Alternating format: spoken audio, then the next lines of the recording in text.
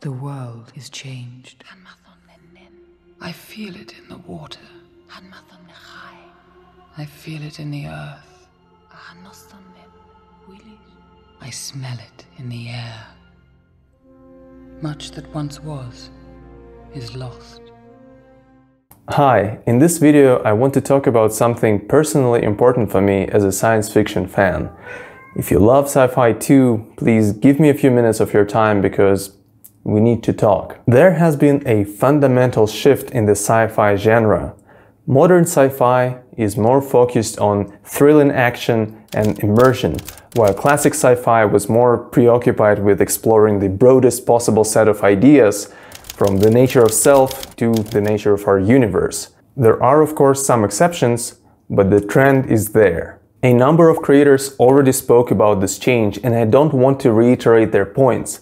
Instead, I will speak about causes and consequences that are not often brought up, and I will also discuss what we as sci-fi lovers should do about them. So first, how did that happen?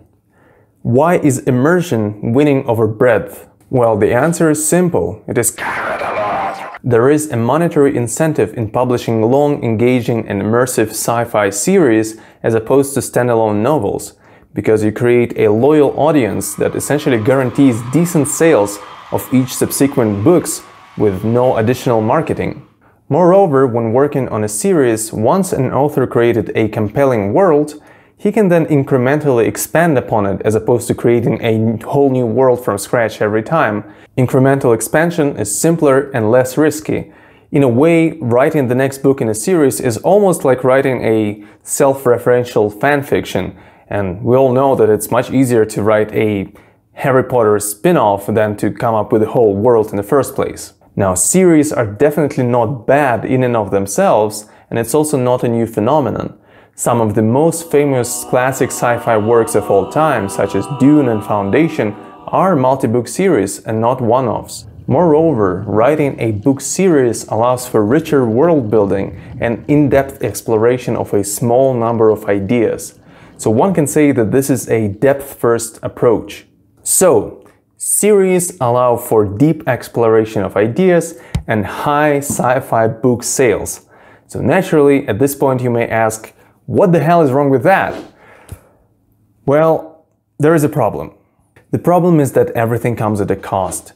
With sci-fi series becoming almost the standard and dominating the market, we're limiting the number of ideas that we're exposed to. While you are reading a 10-book series exploring an idea in depth, you're also sacrificing the opportunity to read 10 different books exploring 10 different ideas in slightly less depth. And at its core, science fiction is a fair of bizarre, intriguing, and amazing thoughts. While sometimes it's fun to stop at one given tent at this festival and study in detail all it has to offer, oftentimes it's even more fun to wander around and take a gander at all the goods that are offered at other tents. So with sci-fi series dominating the market, we're going more in depth at the cost of breadths, and this is almost inevitable because we have limited time.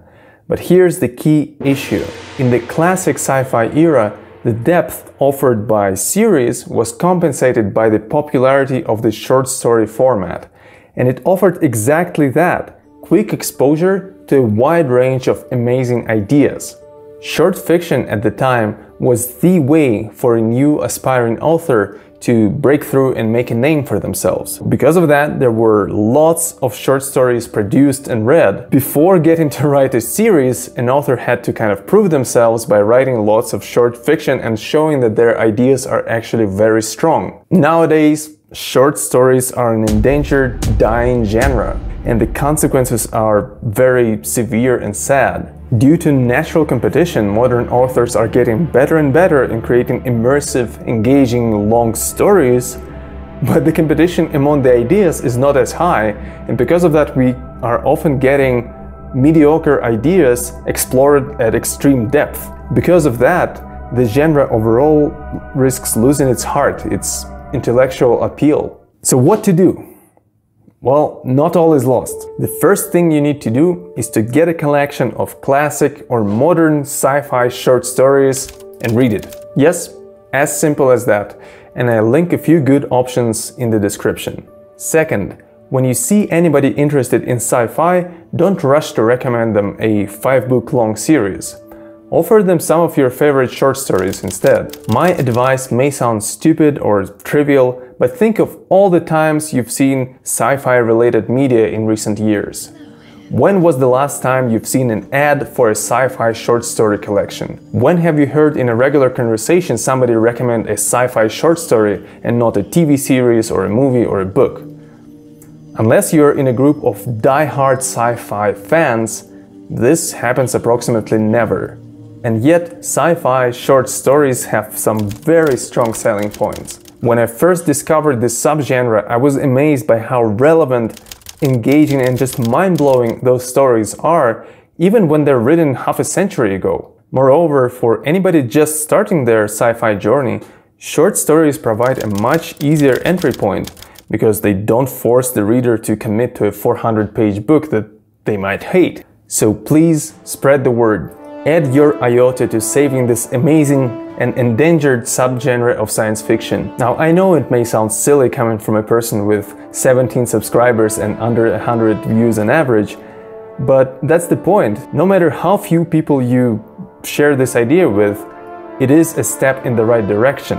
Besides, if each of us shares this idea with just 2 friends, and each of those 2 friends also does their due diligence, in just a couple of cycles we're gonna cover the whole population of Earth. So that's something to keep in mind. But if, like all true science fiction lovers, you have no friends, you can still help the genre by checking out my dark sci-fi version of Red Riding Hood, which I wrote in Philip K. Dick style as a tribute and as a writing exercise. I think it's fun, and it also has cool AI illustrations, so give it a shot.